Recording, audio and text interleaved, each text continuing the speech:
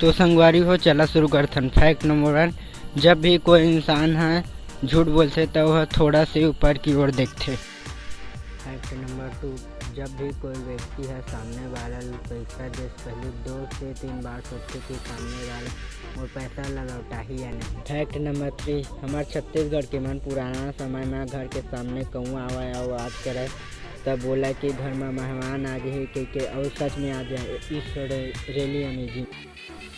Fact number 4, ज़्यादा देर तक लिखते समय हमारे हाथ में कोई ना कोई जगह पेन जरूर चल जाए रहते।